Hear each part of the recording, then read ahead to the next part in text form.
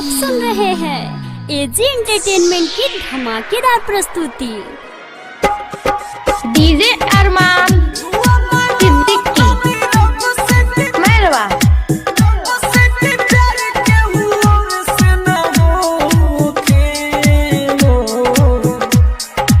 Mix by AG recording studio.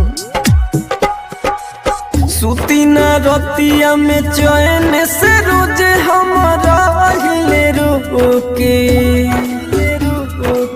सुती न रतिया में चैन से रोज हमारा हिले रोके। दुआ मांगो तानी रब से कि प्यार के और से न होके हो, अपन मानी के दिल के दिहानी देला सधोखे। दुआ मांगो तानी रब से कि प्यार के और से न होखे हो, सुती न रतिया में चैन से रोज हमारा हिले रोके।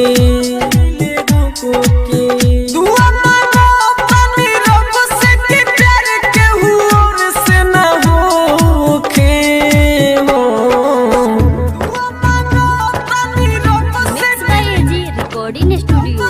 कि प्यार के और से न होखे। डीजे अरमान सिद्दीकी मेहरबा।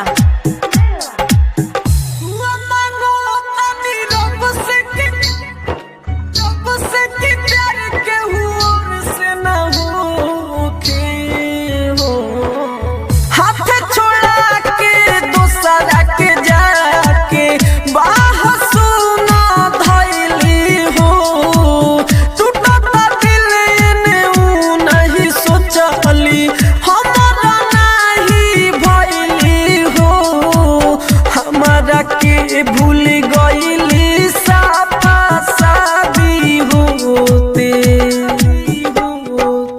दुआ मांगो तानी रब से कि प्यार के और से न होखे हो, सुती न रतिया में चैन से रोज हमारा हिले रोके।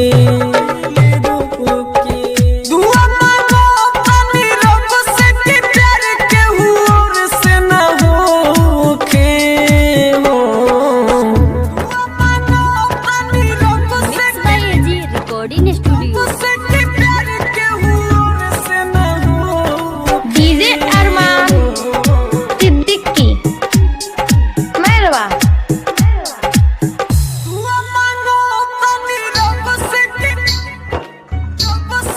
प्यार के और से न होखे हो। राइटर विदेशी प्यार में पड़ के गइला बारे फांसी, राजा राजधानी अब केहू दिल में हमारा नाही धासी।